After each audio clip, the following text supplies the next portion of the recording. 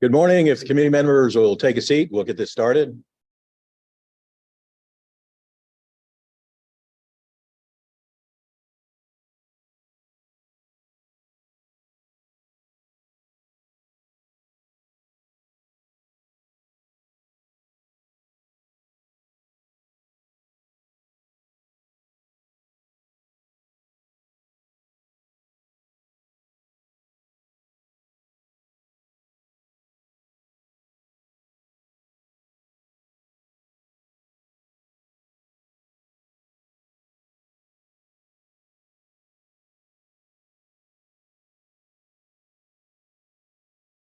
My name is Bill Wharton.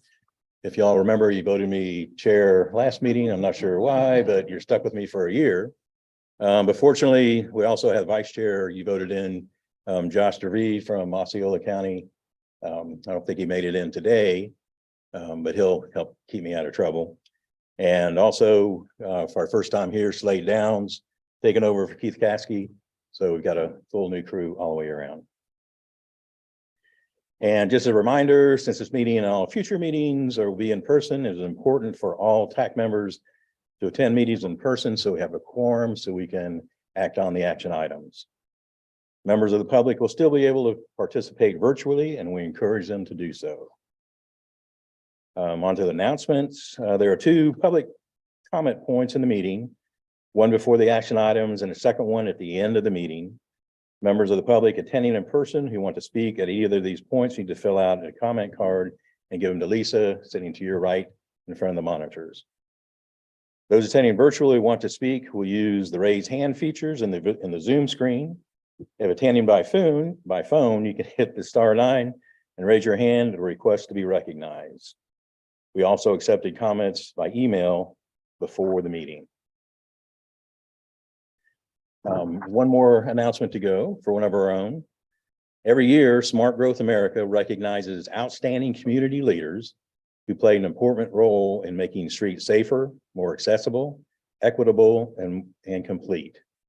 This year, Castleberry's own Kelly Brock is one of 13 people selected nationwide as a National Complete Streets Change Maker. And congratulations to Kelly for that.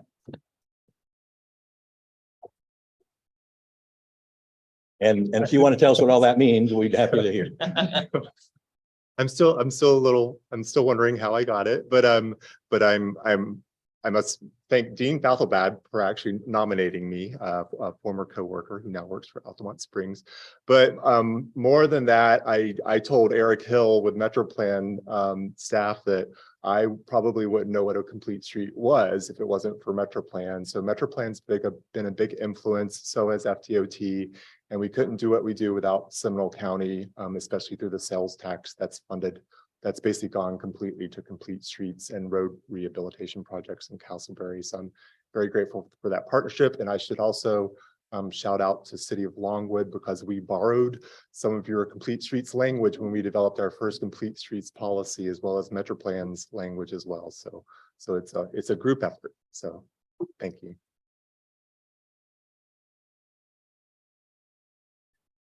And I'll turn that over to Mr. Downs for the agenda.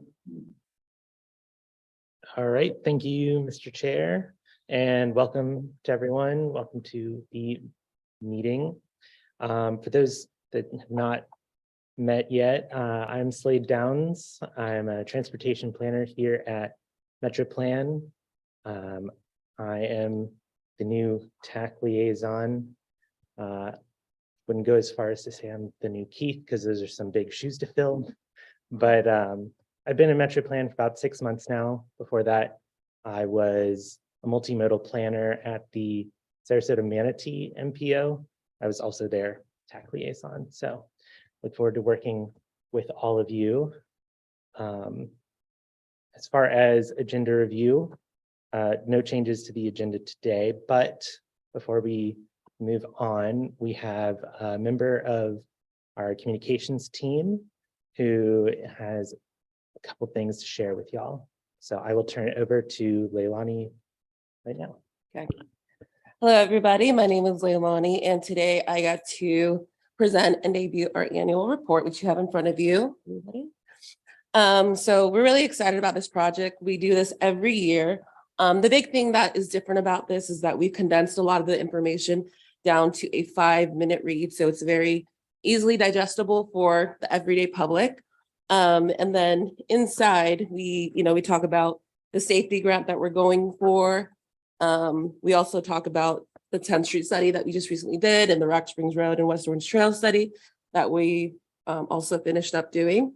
And then on the back, which we want you guys to do is when you guys are home and you're going through this, to make sure and get your phone and go ahead and scan it over for the QR code, because Commissioner Uribe did a 1-minute video for us. And she has a special message specifically for you guys. So we want you guys to go ahead and make sure you watch that. And then the last thing that we're doing is we're going to try to make this fun. And we are pitting you guys against the other committees. So that's TISMO, MAC, CAC. And we want you guys to share this with your networks. I know a lot of you are very, connected into the communities. I see you guys have big followings. Like you're on LinkedIn, you're everywhere. I see you guys. And so we just ask you to share. You can do physical copies, or you can just share some of our content on, if you follow us, just reshare, repost. I'm part of Technical Advisory Committee. And if someone asks you, what do you do for the Technical Advisory Committee? All you can do is you can give them this and be like, it's all in here. I make decisions. Boom, that's done. So I will be back here next month to tell you who the winner is. And whichever committee has the largest percentage of shares will win a prize. And I can't tell you what the prize is, but it'll be good. So does anybody have any other questions about sharing or anything like that? I can get you some. Yeah, if you want the physical copy, I can get you some, but also we have the flyer here. So if you're like me and you don't really like a lot of paper clutter, you can just do the QR code and then you can read it, while you're not traveling, but while you're at lunch, something like that. And then make sure to share on your social channels. Okay. Anyone else with questions or comments? Hopefully I'll come back with good news for you guys. Yes. I have one sitting I was here for the previous meeting, and Eric complained that, being the competitive person he is, that the TAC has more committee members. So Well- he was trying to even that out. So I just want to The say, more shares and reshares, it counts. So like I said, if you went home today and you reposted it 20 times on your Facebook, that's 20 times, or she went and she shared 5 booklets with somebody, that's 5. So you guys have a big committee here. CAC is really going to give you a run for your money, but I feel like you guys are the underdogs. You guys can do this. yeah. So Well, I took that as a challenge from Eric. Yeah. That's the point I'm making. yeah. So okay, great. Thank you. All right, thank you, Leilani. And I just to add, at CAC, there was some mention of wiping the floor with TAC. So don't let him get away with it. There's also in the agendas, there's a link to the PDF version of that. All right, thank you, Leilani. I will turn it over to Miss Lisa Smith to call roll. Thank you, Slade. Good morning. Abadantuano. Bates. Brock. Here. Carson. Here. Cash. Castelletto. Castro. Here. Chester. Cornelison. Here. Cologne. Present. Chavez for DeVries. Here. Doig, Here. Edie. Present. Elliot Moore. Gold. Hardwick. Here. Dredge. Gaston for Kane. Kamal. Krug. Lim. Here. Moskowitz. Here. O'Keefe. Here. Allure. Here. Pulliam. Here. Radzai. Here. Richmond. Sanders. Here. Sonoran. Here. Kittner for Smith. Stirk. Here. Sudemeyer. Wharton. Mr. Chair, that concludes the roll call, and we do have a quorum.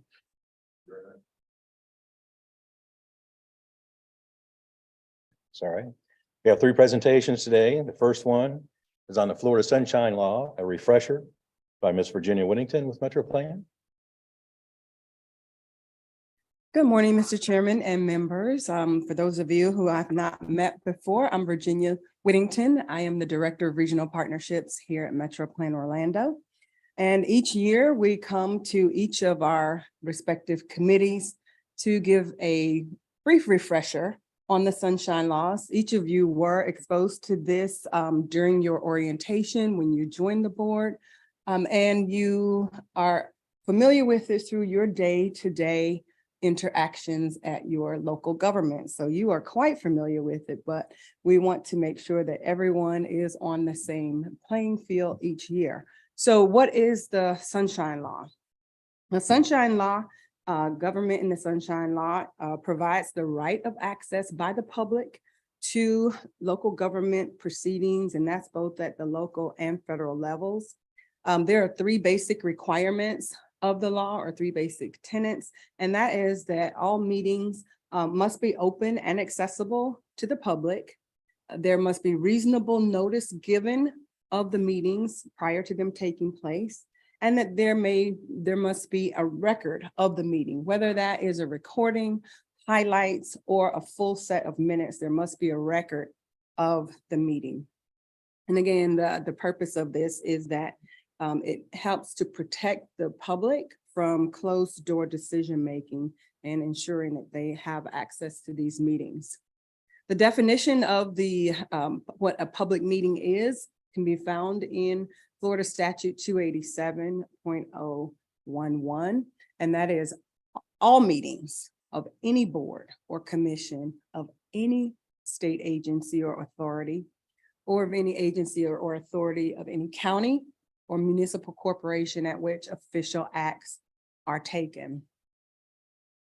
That extends not only to elected officials, but the Sunshine Law is applicable to all of Metro Plan Orlando's committees, advisory committees, and those special purpose task forces and working groups that are formed. And the way to think about it is, if a decision is being made ultimately by the Metro Plan Orlando Board, whether you are in a fact-finding mode or whether you are providing an advisory decision or recommendation to the board, you fall under the Sunshine Laws. So then what constitutes a meeting? It is the discussion between 2 or more members of the same board or committee about topics that may come up foreseeably in the future in a public meeting session or setting. So any conversation. And now that, because of the way we are using technology lately, it's not only a 2-way conversation where 2 people are standing around a water cooler, not only you around the dais here, but it extends to your social media, emails, text messages, virtual meetings. I heard someone say a tin can with a string. All of those things Sunshine Law applies to. And so we just ask that you be extra careful, because it goes beyond those face-to-face conversations. This also includes in the days that we are in, where we have virtual meetings, that chat pod where you may want to send someone a direct message. We advise you not to do that because that is a violation of sunshine. It's just like sending a text message. And when Metro Plan Orlando completes its meetings, especially those virtual meetings, we do a download of all of the information, including those chat records, and it becomes part of the public record. So nothing is really hidden. And this also includes intermediaries. I cannot send a message from myself to someone else stating how I'm going to vote or how we should vote or how things should come out. It is a violation of sunshine. Now, there are a couple of caveats, and that is that in social gatherings, of course, you can go to a Christmas party where another member is. Just don't discuss items that could foreseeably come before you for action in a future meeting. You can go to lunch or professional organization luncheons or presentations. It's fine. Just don't talk about things that should come or could come back before you for in the foreseeable future. Civic organizations, you kind of have to be a little careful there, because if a civic organization is taking up an item, for instance, that could come back, you want to make sure to either recuse yourself, declare a conflict, or maybe not attend that particular meeting. But we just caution you in those aspects. So what happens if there is a violation? There are penalties, second-degree misdemeanor, fines up to $500, up to 60 days in jail. I don't know about you, but orange makes me itch. I don't want to see any of you in any attire other than what you wear here. There are what's called inadvertent penalties or inadvertent violations. And one example that I can give you of that is when you are in your zeal to win that unknown prize that you're going to win, or CAC who's claiming they're going to mop the floor with you. As you are tweeting or retweeting, it's okay to receive an email. For instance, if Pam sends an email and it's a reply to all, and you get her email, the violation comes in if you do what? If you respond to it. So do not respond if there is even an inadvertent reply all. Okay, social media. If you are on social media and someone says something about how great the Rock Springs Road project is, and when it comes to us, this is what we should do not respond. That is the easiest way to not have that inadvertent violation. The other penalties that come is, of course, attorney's fees. We're such a litigious society. We don't want to have to come out of our pockets to pay for something that could be easily avoided. And then lastly, nullification of actions is a possible penalty. Anything could, be so far down the road and close to an approval, and one little gotcha can unravel the entire process. So what should you do if you are in a situation, or if you need to have a conversation with one of your colleagues who are here with you? Let us help you. The way that we help you is you call us and you say, hey, I'm not sure about this. I'm going to be at this place. Can you post this for us? We'll post it on the board. Make sure that reasonable notice is given, make sure that the public has access, and make sure that there is, even if there's a napkin, write your record of it, and we're all held harmless. If you are unsure, give myself a call, give Lisa Smith a call. Give Kathy a call. Slade is here to help you. And here's one other thing that with you in the course of your business, because some of you work for the same organizations, and this question comes up. The Sunshine Law does not preclude you from being able to conduct your business. It is in the course of the work that is done here. So if two members of you are working for Castleberry or Orange County, in the course of your work that you have to do, you are able to speak with one another. When you come here, sunshine laws apply. That makes sense? All right. So that is all that I have for you. If you have any questions, I am happy to respond, but this is just a reminder and a refresher that as we start the new year, you're reminded of the sunshine laws. Any questions? Any questions for Virginia? All right, you for go that sobering presentation. TAC.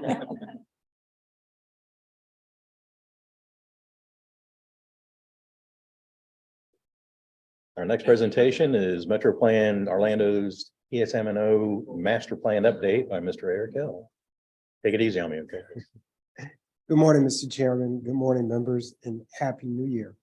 I see a lot of new faces, fresh faces that I just don't know yet, and some seasoned faces. And I use the phrase or the word seasoned because I used the word old at CAC and did not get a very warm response. So seasoned. The TSMO Master Plan is a evolution, if you will, from Intelligent Transportation Systems, ITS. That is where we were, let's say, 10 years ago as an industry. And we completed an ITS master plan over 5 years ago. And as the industry has evolved, ITS has now come under the umbrella of TSMO. And that is because there's high technology and low technology. High technology is just that, the hard technology, communication systems, information systems.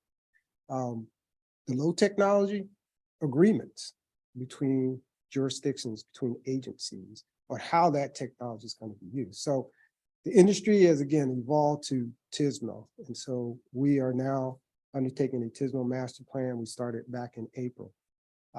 We also hired Kimberly Horn to help us with this, and Jim Woods is with me this morning. He is my 3 lifelines. So if I do get questions that I can't respond to, Jim certainly has the answer for you. So we established the steering committee. We don't do things unilaterally. Excuse me to say that right. On our own. We've had 2 meetings, actually 3, but 2 meetings I'm going to report to you this morning. Our 3rd meeting was on Tuesday afternoon. We created, again, the steering committee. These are representatives on our steering committee. Many of you probably know these folks. I don't see any on this committee unless I call them out. But we do have this steering committee that's helping us with this effort. So our first meeting on June 29th was an opportunity for us to just get to know each other better, if you will.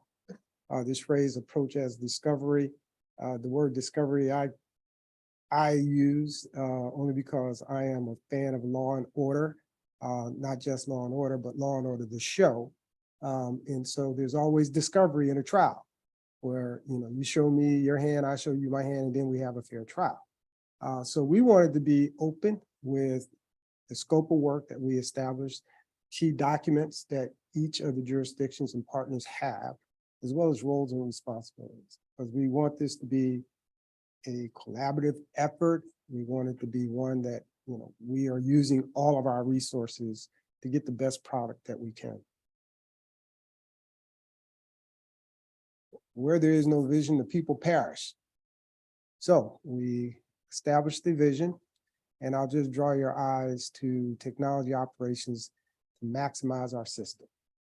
That's what we want to do. We want to leverage what we already have, but also be mindful and try to see what's coming next, to see if we can capitalize on that as well. So we've established the vision, the goals. They may look familiar to many of you that have been part of our last update of our our transportation plan. We aligned our vision, our objectives with those goals so that we can be consistent so that on the back end of this, when we're done roughly around October, and we get ready to start our metropolitan transportation plan update, that we can just move things right into that plan. So they're consistent: safety and security, reliability and performance, investment in economy, access and connectivity, health and environment.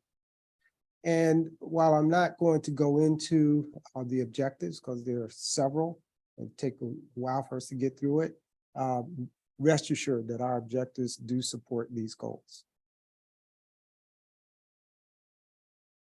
At our second meeting, we talked about existing conditions. This presentation is somewhat dated. I planned to give it to you in December, but because of the agendas, we didn't get a chance to present to you, so it's being reused. But this is just a list of all the things that we've identified that the agencies have in place. When you see the X's, that information has been gathered already since this presentation was created. And you may not see like City of Winter Park, City of Popka listed here, but we are gathering that information as well from those jurisdictions. Okay, needs. Again, towards the end of that first bullet, identifying project resources and opportunities to enhance our transportation network. That's one of the things we want to come out of this program with. And then we want to emphasize what we've identified as needs today and what may be needs into the future. I used to like to tell the story about Uber, being German for grandiose, and then it became a $60 billion company. Well, what's next? And, it's kind of hard. We don't have a crystal ball, or the crystal ball we have may not be that accurate. So we don't know what's coming, but rest assured there is something coming that's going to disrupt our industry. And so we want to have the apparatus, the framework in place to use it or integrate it into our existing system. Here's the schedule. We are on schedule. We had our third meeting on Tuesday afternoon. Our next meeting is March 28th at 1:30 here in the boardroom. It is open, so if anyone is interested and like to attend, please do. Schedule. Task 3, we've completed. Again, this is, older presentation, but task 3, we've completed. Task 5, we are completing now. But everything else is in progress. Just again, another schedule. Again, our next meeting is March 28th. So next steps, it was next steps, but we've completed it. We've gone through the needs. The Federal Highway Administration created what's called a capability maturity model several years ago. And it was a questionnaire on where you are with your TSMO program and where do you want to be. And so our team used that model to understand where the jurisdictions are now, where they want to be. We've done this exercise as a region a couple of times when they first created it over 10 years ago. And then we did it 5 years later to see if we made progress as a region. So it seemed reasonable to apply it to the update of our master plan. And the model looks at business processes, systems and technology, performance measurement, organization of workforce, collaboration, and culture. And so our team interviewed each of the jurisdictions, asked questions, probing questions on those items. And so we've completed that, looked at, we have a good sense, I think, of where each of the jurisdictions are and where they want to be. And then the next step will be to develop some implementation strategies for connecting the two. The next item here is the regional ITS architecture. Again, another federal requirement for the use of their funds for TSMO projects. And it's a blueprint on where your jurisdiction is with Tismo, but how it's connecting all their systems and devices within the agency, but then outside the agency within the region. How do we make our regional traffic signals work? You know, are the different technologies each of them are using are talking to each other so that it's a regional program. So the next thing is strategies. As I mentioned, we've done this gap analysis and to develop some strategies. So at this meeting, we did have some more informal discussion on a few items, just touch on real quick. Electric vehicle support. As more and more of these vehicles come out and are used, we buy them. How is that going to impact our program? Well, number one, that's usually something that the communities, the jurisdictions handle with codes and ordinances. However, we want to also be mindful of that as we develop our own frameworks. Work zones, as we continue to try and expand our capacity within the region, how we can apply and integrate technology to make work zones safe, number one, but make sure that people that are driving around and may want to go through these work zones, as I've witnessed in my own community, where people actually get out of their vehicles and move barricades so that they can go ahead and drive through, how we can enforce that. And then equity. Again, another story many of you have heard me say about former USDOT Secretary Anthony Fox. Spoke about how in the 20th century, the interstate system came through Charlotte and separated his community from the city of Charlotte. And he asked us, or he implored us, you know, to make sure that in the 21st century, technology doesn't do the same thing. And it does, or it can. If we consider disadvantaged communities, communities of low wealth, Black, brown communities, in the past, in the 20th century, they felt the burdens of the expansion of our roadway networks. So we want to ensure that we communicate what's happening with Tismo, because most people, when you say Tismo, they don't know what you're speaking about. And when you try to explain it to them, chances are they're just looking at traffic signals. That's okay. But still, as again, this industry continues to evolve and how technology becomes more and more part of it, how is it going to have, what impacts will it have, number one, but how do we roll this out, integrate it so that it also has the benefits that are needed? And along those lines, connected vehicle technology, most vehicles now, you know, they're talking to each other, talking to the infrastructure. It's creating a lot of data. How can we use that data not only to be proactive, but to control or to have better understanding in terms of situational awareness and how we can use it for planning purposes.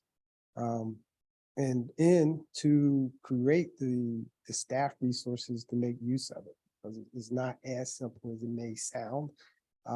So we want to have some conversation, more conversation on that, on what is available, because just about every vendor is now getting their hands on it and they have a platform that they want you to use for it. So we just need to I think as a region, be able to prepare for that. So Mr. Chairman, that concludes my presentation update and I am ready for any questions.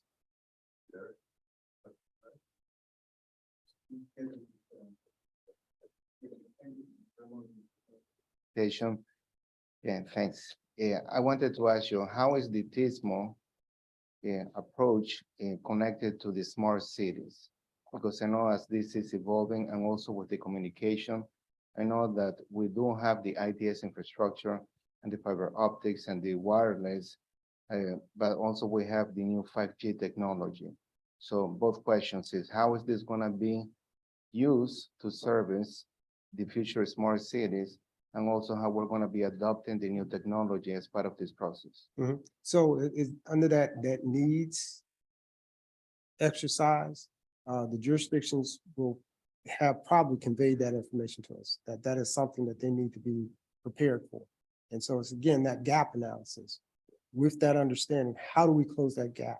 How do we make sure that our Tismo, our resources, will allow that to happen. Now, transportation is part of the Smart Cities Initiative.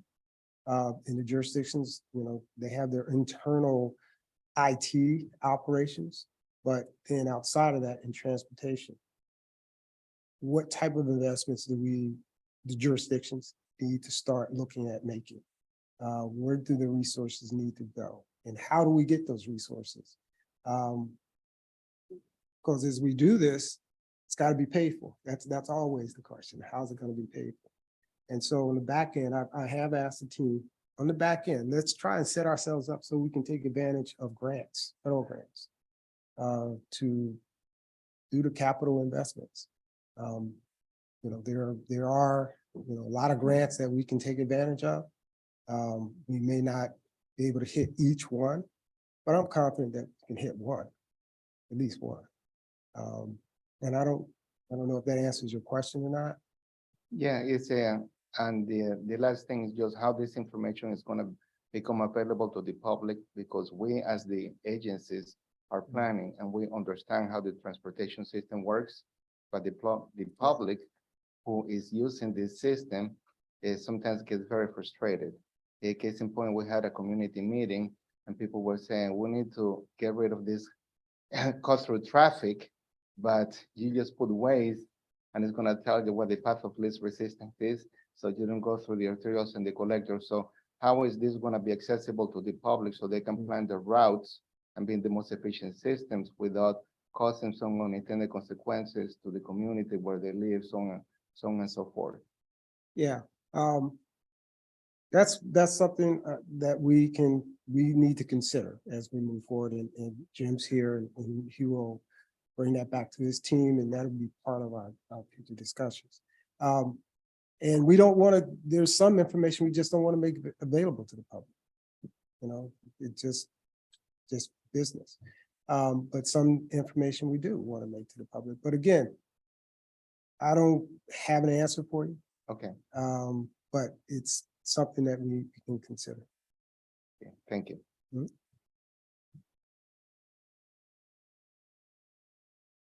Hi, as we redo our comprehensive plans and our mobility plans, and we seek to come up with projects that meet criteria that would rank highly on TSMO lists and eventually become eligible for federal funds. I know we've done a lot of work with non-TSMO projects in determining how they're evaluated and what the weighted priorities are. And we're aligning our local strategies with coming up with projects that meet that criteria. But as we move forward into the future, how do we know exactly what Metro Plan and eventually the federal government is looking for? And does your plan outline the components of a project that would make it more eligible for certain funding sources? Right. That's a big question. And as we develop, again, the program, and I want to respond in a way so that you understand that will go into the recipe. Okay, I mentioned that, on the back end of this, I want to set it up so that we can take advantage of those funding opportunities. And we want to look at projects that are going to fit the eligibility criteria that will rank high in terms of federal grants. We got some pretty good experience in going after these grants. Connected vehicles, okay, that data. I just participated in a webinar by WeJo, and using that connected vehicle data as part of grant applications can enhance the grant application. So, because you have a resource that's going to support not only the use and value of what you're proposing, but also be able to show the value, because the data is going to be there. Again, I don't know if that's answering your question. Thank you. And if I think what I'm suggesting, and there's more people that are involved in daily traffic operations that have a better handle on what like our existing facilities need. But as far as like policy guidance on setting policies that private development and, the city, of course, invest in those types of things, that's where anything that your plan could provide that would give us that those tools so that we can pass that on Mm. to what we're implementing locally would be helpful. Okay, Thanks. we hear you. Now, we'll try and do as much as we can, but You gotta like explain it like we're five, even to those of us that are in the business. It's the pieces and parts of this that are changing, and they're getting different funding sources all the time. So it's exciting. Thank you. That was similar to my first question, as you mentioned that this should be able to seamlessly roll into the MTP. If you could detail what that looks like a little bit further, that I think that would be helpful. okay. Is that, I mean, we're not there yet. We're Okay, getting so there. that's part of Yeah, the yeah, process. so we're getting that. And we're aligning with, again, those goals. We're Mhm. aligned with the current NTP. And I don't foresee that changing that much. And as it changes, we'll try, well, we'll be done before the NTP starts.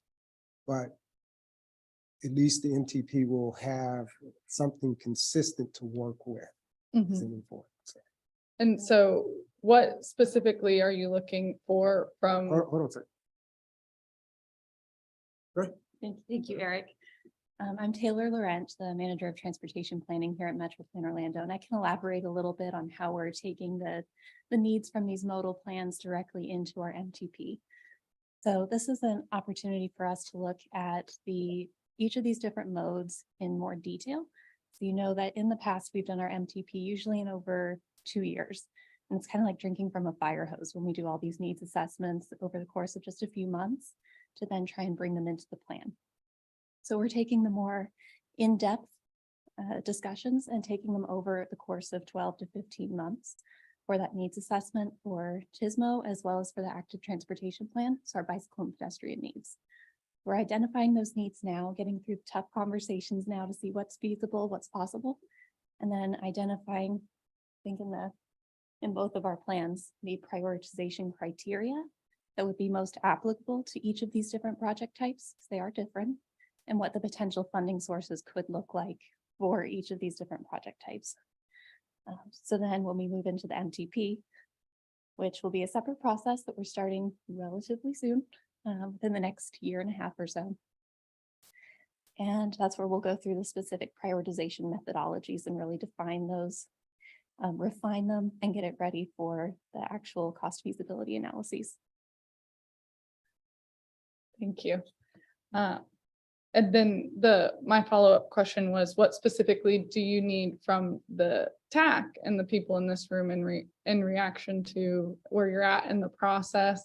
I think to Umberto's question, the relationship between TISMO and TAC, especially when it gets to those complicated issues of how do we address cut through traffic, how do we eliminate traffic deaths, understanding how we can work in tandem is important. What you're doing now. Again, we have your colleagues that are part of that steering committee. We do provide these updates in these briefings.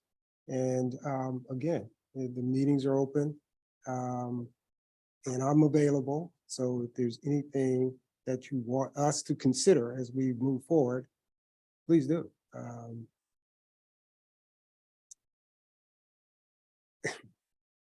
Does that work for you? Yeah. Okay, good, good.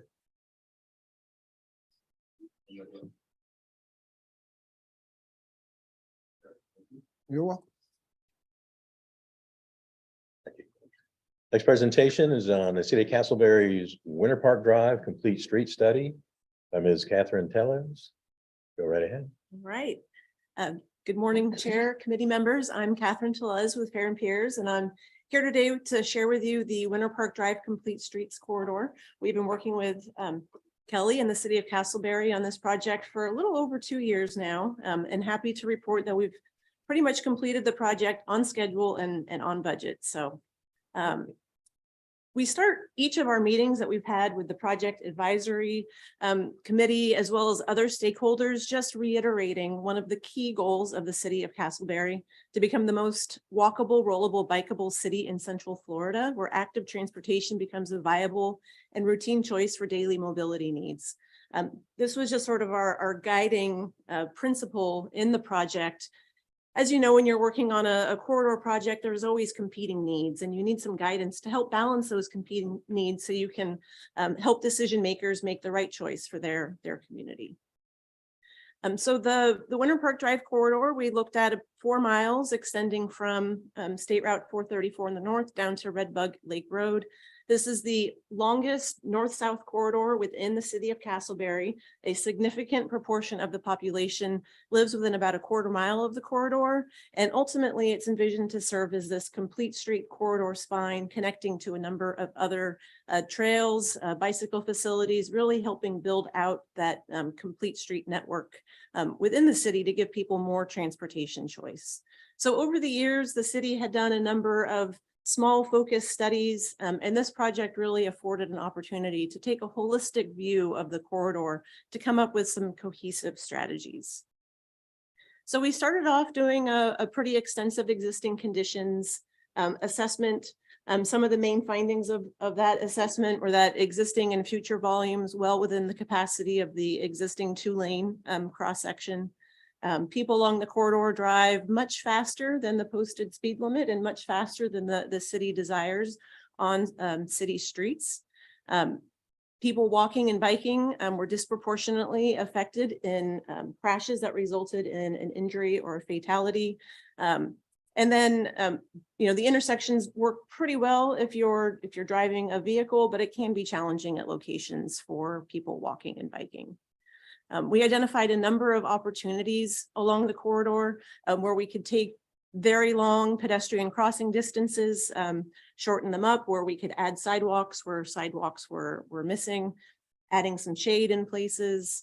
But we also identified a number of constraints. There's utilities, there's drainage issues, there's varying rights of way along the corridor. The southern portion, there's about 110 feet to work with and only 2 travel lanes. So that's a lot of space to add some active transportation facilities. And then in the northern section, we're constrained in some areas with only about 54 feet houses on both sides of the roadway. We did some extensive public outreach. The bulk of this was conducted during COVID, so we really did rely on a virtual means. So we had a web map portal. We received over 100 unique comments. A lot of them related to walking, biking, and generally there was a desire for improved facilities for walking and biking, and lots of complaints of people driving at excessive speeds. And people recognize that you can't have enforcement out there all the time. And there was a desire to have somewhat of a self-enforcing roadway system. So you really just couldn't drive faster than the desired speed. We did a walk audit with our project advisory committee. And we really focused on segments of the corridor that had not been looked at in prior efforts. There were about 10 of us walking. It was a pretty warm day that got progressively warmer, and we really noticed the lack of shade in many locations. We were trying to cross at one of the locations where it's about a 90-foot crossing distance because there's a lot of unwarranted turn lanes. And even with an officer fully dressed in his uniform, people would not yield to us. So we were just all standing there waiting for a gap in traffic to walk across the street. And then in some locations, there were no sidewalks. So we had to make some choices about where to walk. Some of us went back to the other side of the street where there was a sidewalk. Kelly was actually in a wheelchair for that event and had some challenges along the way as well. He even got stuck in a median island. And if we hadn't been able to push the pedestrian button for him to be able to cross again, he might've been stuck there for quite some time. We also did a nighttime audit. It was really interesting to go out. We drove the corridor. Things looked great from the perspective of a driver. And then we got out and we walked around a little bit and we couldn't see each other about 20 feet away. And it was challenging when we were trying to cross the street as well, sort of being seen and having that visibility. So if you haven't done a nighttime walk audit on a project, would highly recommend that. And then we also did a bike audit. We wanted to see the corridor from the perspective of somebody riding a bicycle. So a group of us got together. We even, a member of the public joined us. He was actually on his way back from Home Depot doing his shopping on his cargo bike. And he offered a host of great suggestions and just observations of the corridor. And then we did a full ADA assessment. We wanted to understand some of the deficiencies of the corridor that we would need to then incorporate into the complete street corridor concept.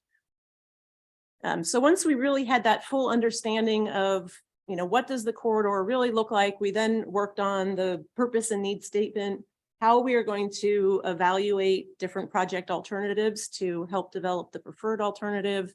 We came up with some design guidelines, building on what the city had already put together, really emphasizing a target speed of 25 miles an hour. And then we outlined how we would develop those alternatives. So we came up with three main alternatives. So the first one was putting a side path on the west side of the roadway. The second was putting that same path on the east side of the roadway. And then the third alternative was putting a side path on one side of the roadway, whichever one seemed to make the most sense, and then adding buffered bike lanes where right of way would permit. So these were the three main alternatives that were evaluated. So for each one, we developed a concept plan to really help understand the constraints, the right of way, where we might be able to put the path in relationship to some of the utilities. And then we brought these 14-foot long roll plots of each alternative to the city. It's a 4-mile long corridor, so it's a pretty big one to fit on paper. And we went through with Sharpies and asked questions and put notes and really got a lot of great feedback from the city. We did a similar process, but on Zoom with the project advisory committee, again, to get all that great feedback. And then we also shared it with the public to see what they thought about it. And so from the public perspective, it seemed like most people were definitely in support of, having a side path, adding shade. They really wanted to see additional traffic calming elements within the final plan.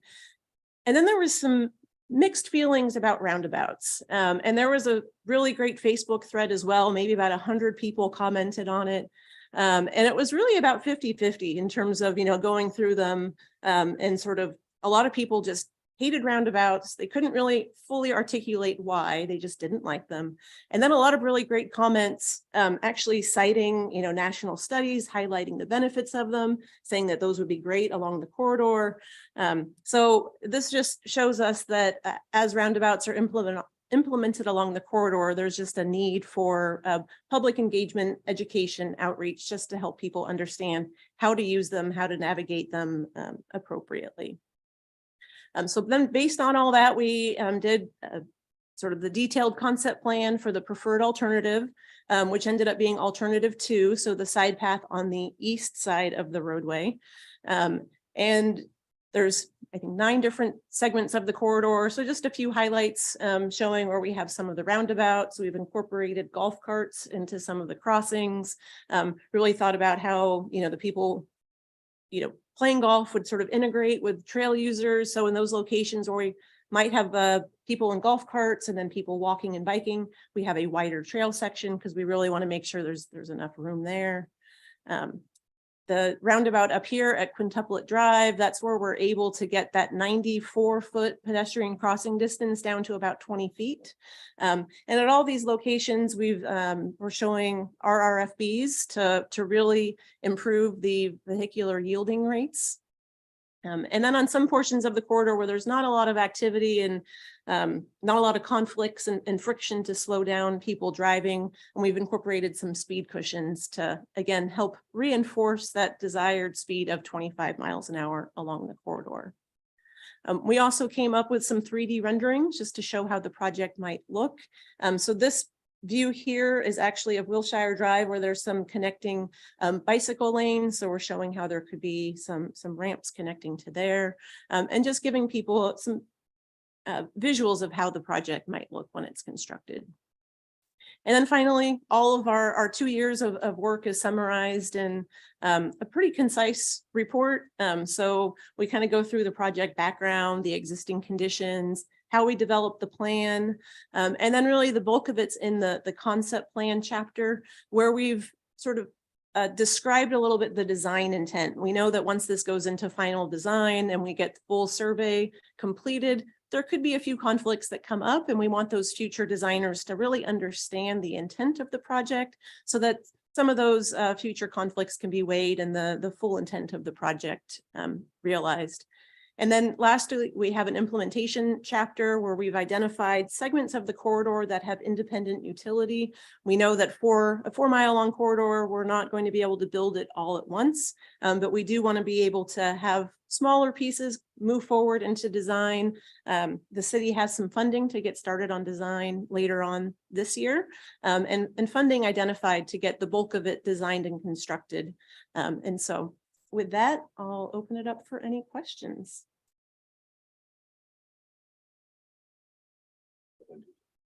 I didn't get to see the typical went by really fast. Did you narrow lanes? Yes. And so my follow-up is, how do you handle the question, the people that think this is a negative impact and narrowing lanes and not worry? What's the message you give them? Well, so the standard lane width will be 10 feet.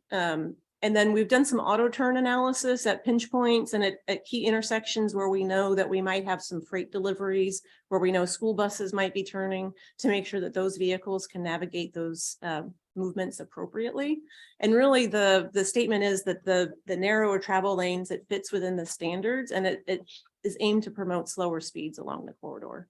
And keep in mind, there's a lot of front-on housing on this corridor, so people's front yards are right there on the street.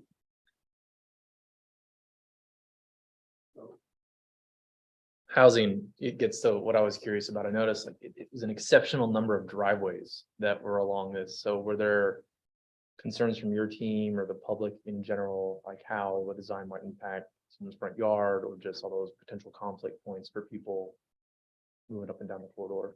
Yeah, that's a great question. And sort of one of the design principles that we looked at was we don't want to put a path any closer to somebody's living room than it currently is. So as we are looking at where we might widen the sidewalk and put in the side path, that was sort of one of those principles.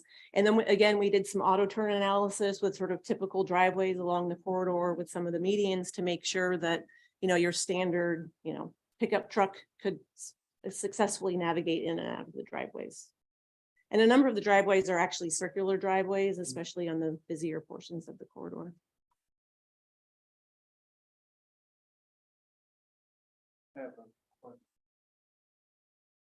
So, Umberto, I know you're handling the multi-use pedestrian trail and golf cart issue in Horizon West for the county, so I appreciate that. But how did you address that? And this, you mentioned you're going to have golf courts on your multi-use pedestrian trails. How does that work?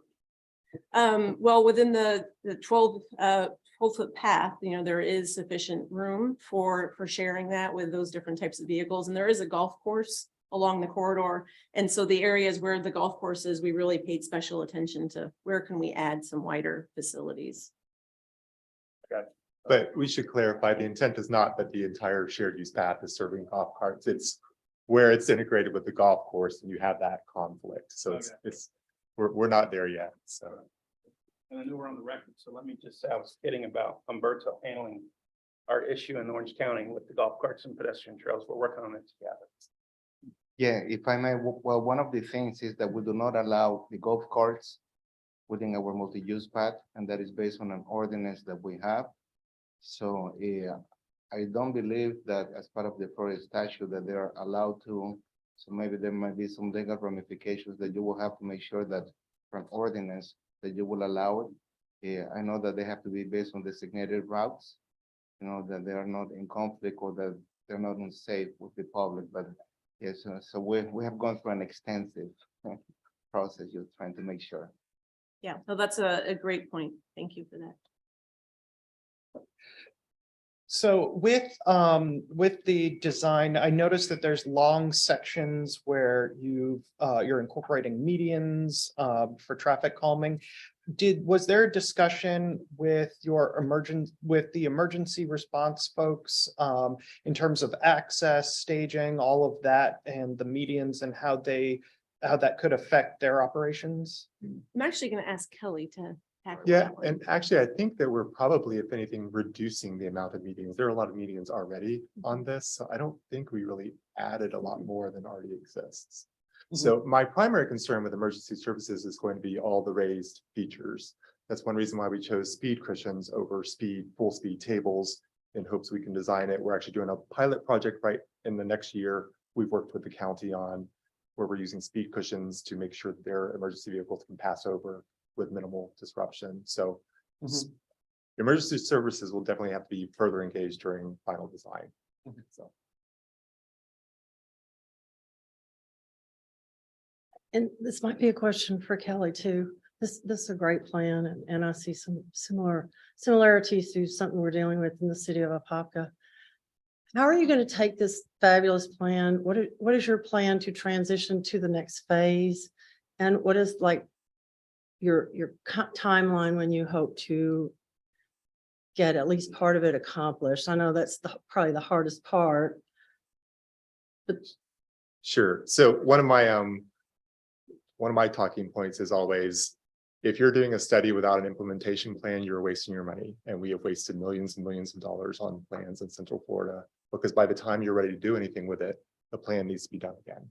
So it was very important that chapter 5, and I think it's chapter 5, includes an implementation plan. We didn't show the slide, but we've actually laid out where we're projecting about $14 to $15 million worth of funding that should be available within the next 10 to 15 years spread over time to get this done. But another point was to break it into little pieces. And as Catherine said, we've actually already allocated some local funds to start design, to wrap in a portion of the corridor to a project this year. So the key is breaking it into pieces. Some of this is in the MTP and the priority list already. So we have funding, and now this is established what exactly that's going to look like. So it's a lot of long-term planning, but our city commission is actually pushing us to build this even faster than we've proposed it. So that's going to be a challenge, but we're working on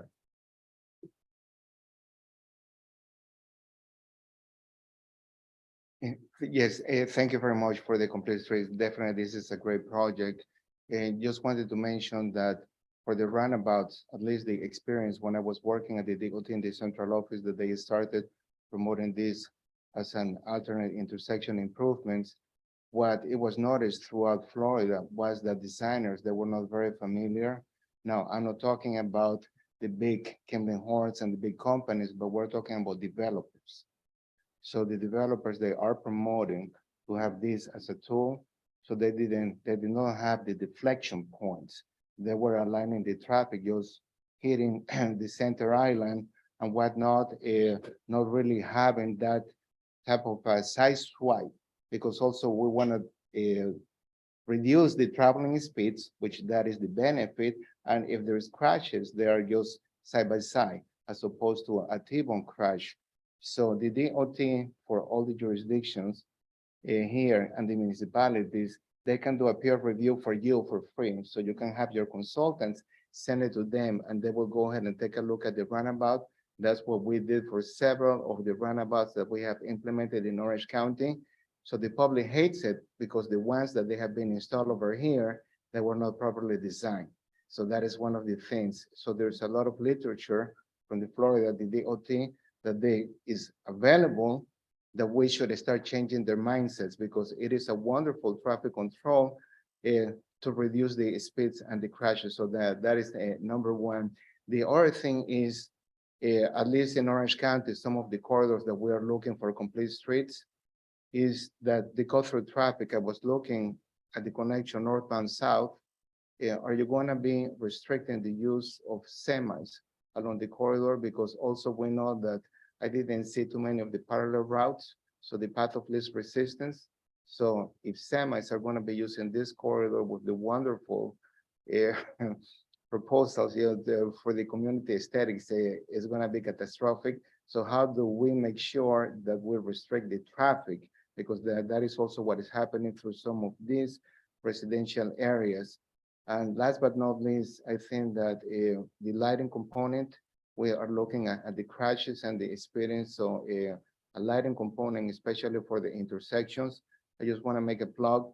If you're not familiar with intersection lighting, there is a big difference between roadway lighting and intersection lighting.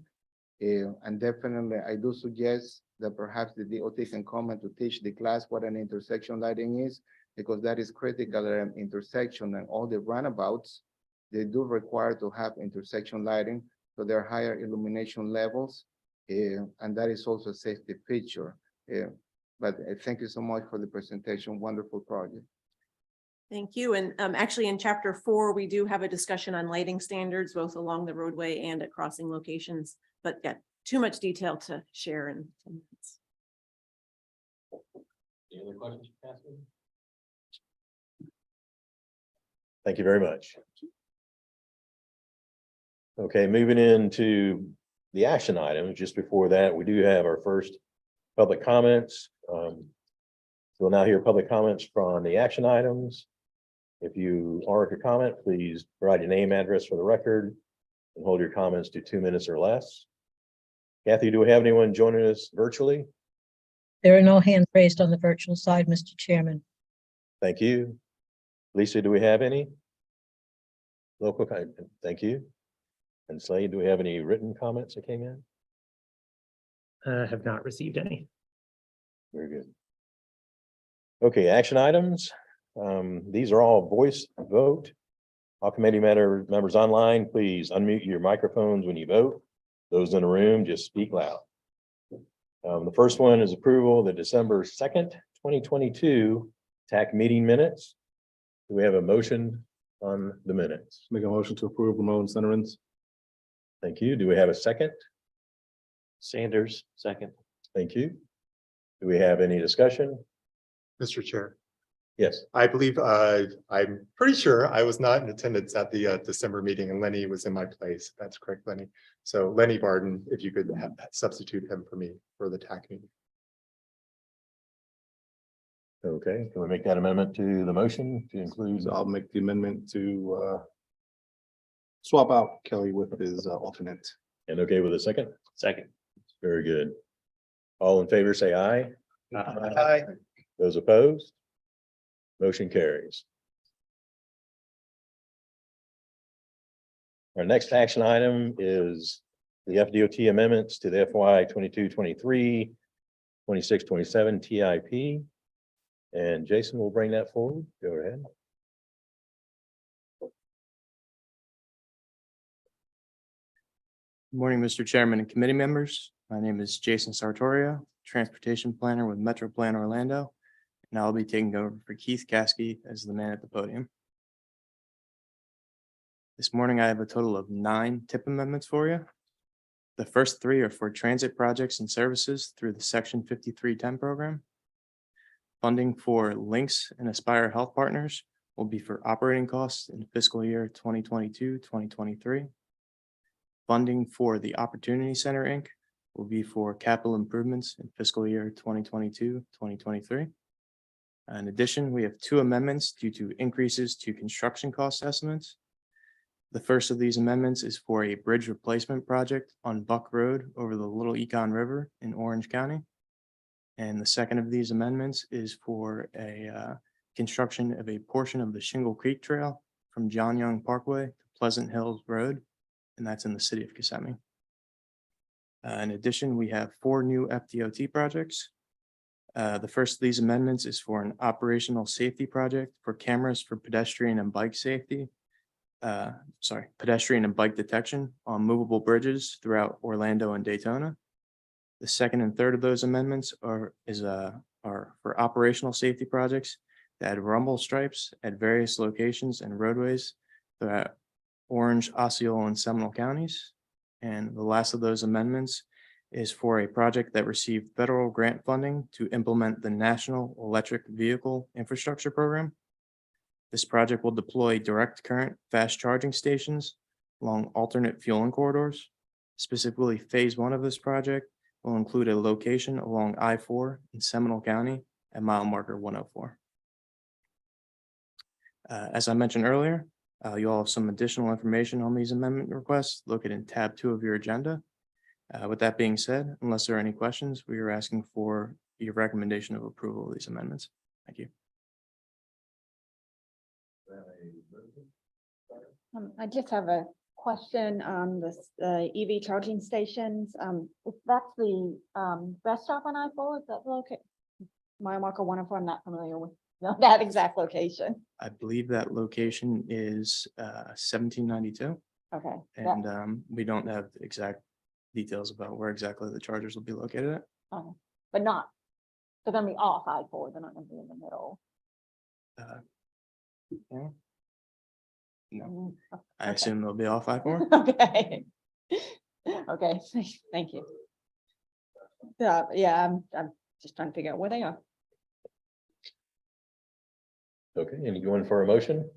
With that, I'll make a motion to approve. Thank you.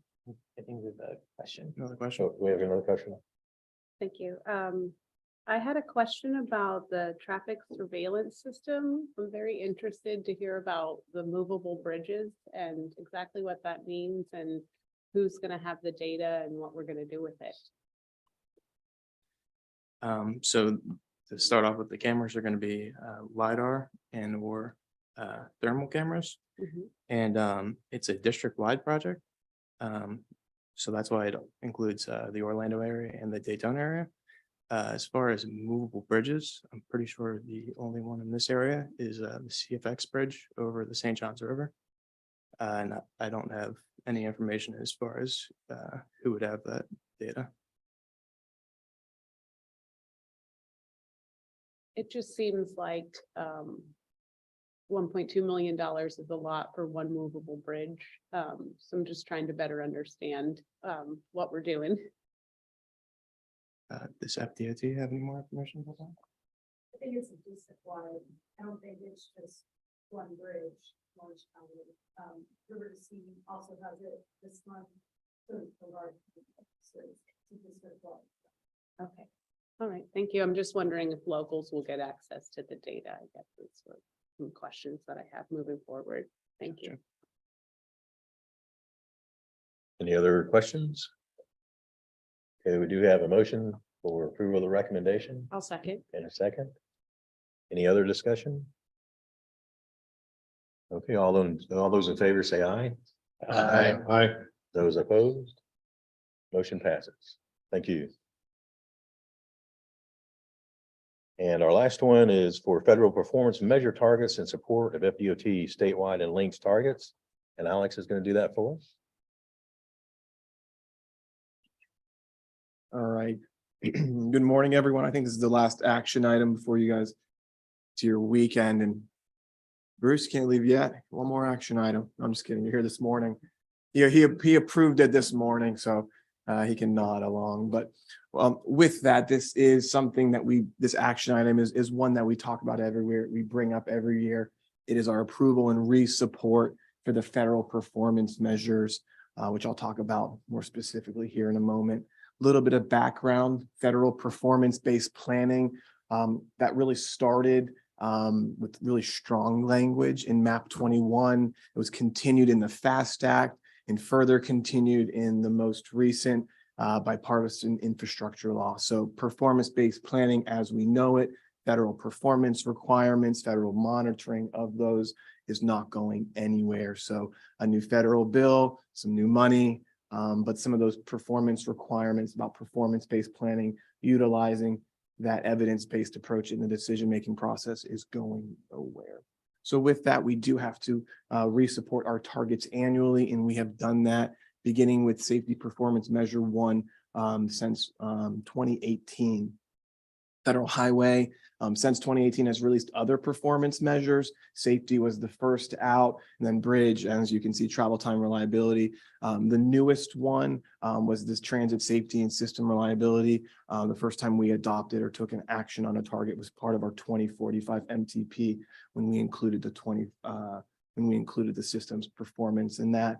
But since then, we adopted these performance measures or support them annually, and we monitor them as part of our long-range plan and as well annually as part of our transportation improvement program. So in tab 3 of your agenda packets, you'll see a draft resolution, which is really how we go about supporting the statewide and our other operating agency targets. So that's done by a resolution. We also see a link in there to the TIP, which looks at the actual monitoring of the system performance. And as you can see in there, we're actually doing pretty good. We're accomplishing all of our targets that we have other than safety, which we can talk about. We have a lot of work to do on that front. But with that being said, we do have a vision zero or target zero for all safety performance measures. This is in support of FDOT's statewide vision zero target. And our board has supported that target since 2018. We'd like to continue that as we move forward with a lot of our Vision Zero and other safe streets planning work going into this year. So another year of supporting Vision Zero. And as we know, we're certainly not hitting those targets. So we have a lot of work to do, and as well personal responsibility when we're out on the roadways. Bridge and pavement condition. This is applicable specifically to the interstate highway system and to the national highway system as we know it. So really those state roads is really where the next two performance measures relate to. So as it relates to pavement condition, DOT takes really good care of their assets. They take the money off the top for maintenance and non-capacity programs. So we can see we're hitting both the 2 and 4 year targets without issue there. As we go to travel time reliability, similarly applicable to the interstate highway system, the state highway system on the second one, and on the third one is the national highway system as well, looking at the state highway system. We're hitting all of our performance targets here as well, 2 and 4 year. So we're kind of thumbs up trending along with that information. I mentioned at TISMO earlier, we are monitoring these indicators. So you do see variability year to year. I mean, as we're coming out of the pandemic and things are rebounding and traffic and transport are kind of finding equilibrium, we're going to be monitoring those closely so we can start having really a good few years of trend data to really start understanding again how we're rebounding from there. But good news is things are reliable and we are hitting the targets that we have set for ourselves 2 and 4 years. As it relates to asset management, I know many in this room serve on the Sunrail Technical Advisory Committee. So these asset management performance targets are consistent with the recent Sunrail TAM plan. As you all know, relatively newer system, newer equipment. Thus, a lot of those zeros you're going to see a lot of that because it's newer facilities. A lot of it's within its useful life. Links also has their transit asset management plan. They're actually in the process of updating that now as they're reporting to the National Transit Database. But we do also and have been on the record of supporting Links's transit asset management targets. And this is following through and how Sunrail and Links prepare this is through actually developing a comprehensive asset management plan, looking at what they have in inventory, looking at useful life, and then looking at capital possibilities of replacing said fleet in other facilities. So these targets are based on their analysis, but we do support them moving forward. And the final measure, as I mentioned, is transit safety. So a subset of safety focused on transit operations, Vision Zero as it relates to fatalities. But as we know, in operating a transit operation, a lot of human interaction there. So unfortunately, incidents do happen. The federal requirement does require Links to break that out by the different operating modes that they provide. So you'll see different targets for each of the services that Links provides there. And the last one's a system reliability, which focuses exclusively on mechanical failures. We looked at reliability on the roadway system. This one focuses more on, the bus breaking down kind of on the side of the road. How often is that occurring? And we're looking at over 14,000 miles between those instances. So with that, as we have since 20, the support of our statewide FDOT targets, as well as supporting Sunrail and Links's transit asset and safety and system reliability targets for the year. If you have any questions, I'll be more than happy to answer those. Thank you, Mr. Chair.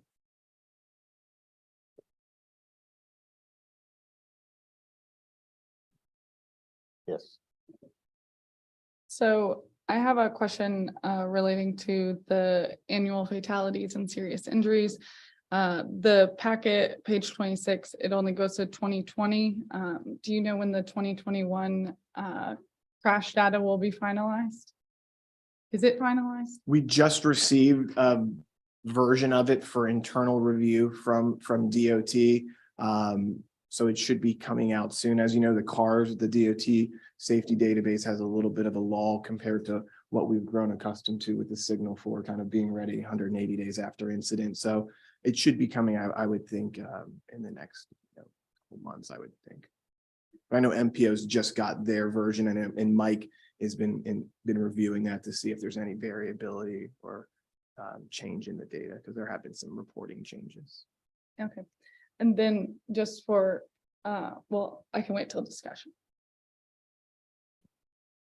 Any other questions for Alex? Okay, I have a motion. Sanders will. Motion to approve. Thank you, sir. And a second? Mr. Miles? Okay, any discussion? Yes, I have some discussion.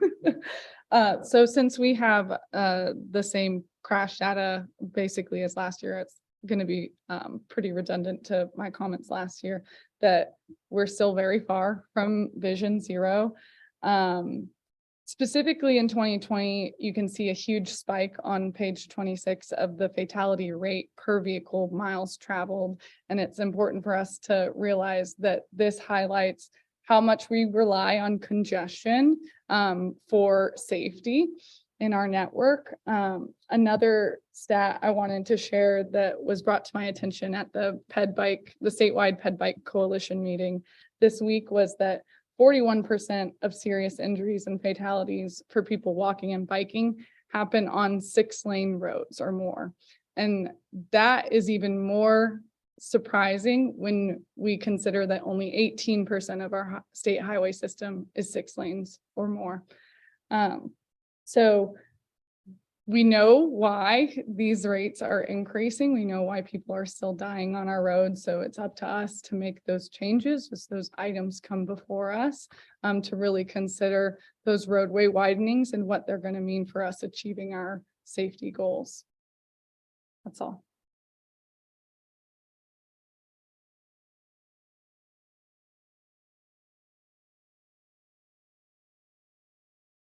Take by saying aye. Aye. Aye. Those opposed? The motion passes. Thank you, Alex. Okay, so we move ourselves along here. There are no TAC only presentations. There's general information in tab 4 of your agenda for your review.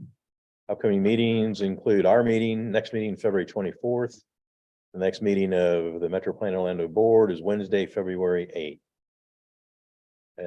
Any comments from the committee members? Close this out. Very good. We do have, this is our second opportunity for public comments.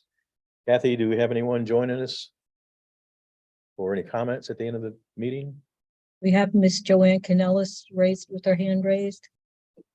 Oh, please. Let them go ahead.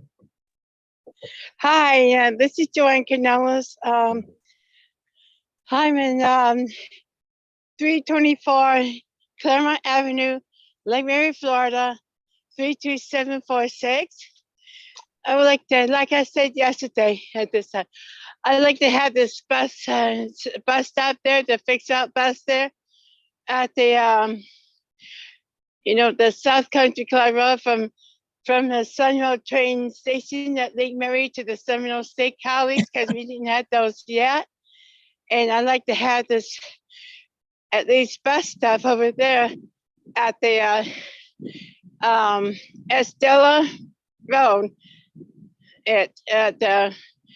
between the corner of Estella Road and South Country Club Road. And I mentioned here, the fix up bus, and I know you got my case number too.